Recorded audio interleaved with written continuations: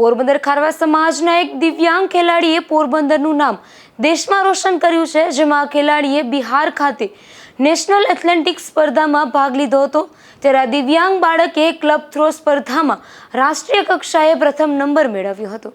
Indian sports federation દ્વારા બિહાર ખાતે national athletics સ્પર્ધાનું આયોજન કરવામાં આવ્યું હતું, જેમાં સ્પેશિયલ ઓલિમ્પિક્સમાં દિવ્યાંગ બાળકોની ક્લબમાં થ્રો સ્પર્ધામાં ખારવા સમાજનો ખેલાડી કુશ જિગ્નેશ મોદી રાષ્ટ્રીય કક્ષાએ પ્રથમ નંબર મેળવ્યો હતો। આ પ્રસંગે પોરબંદર ખારવા સમાજ દ્વારા કુશ મોદીનું સન્માન કરવામાં આવ્યું હતું, જેમાં પોરબંદર ખારવા સમાજ ખાતે વાણોટ પવનભાઈ શિયાળ, ઉપપ્રમુખ અશ્વિનભાઈ જુંગી, વરિષ્ઠ સલાહકાર સમિતિના અધ્યક્ષ રણછોડભાઈ શિયાળ તથા પંચ પટેલ ટ્રસ્ટીઓની ઉપસ્થિતિમાં કુશ મોદીને ખારવા સમાજ ગૌરવ સર્ટિફિકેટ આપી તેમનું સન્માન કરવામાં આવ્યું હતું।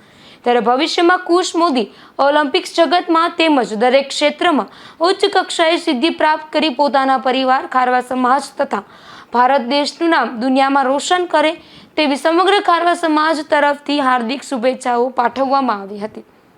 નિપુલ પોપટ સાથે અશોક થાનકી, ગુજરાત ન્યૂઝ, પોરબંદર।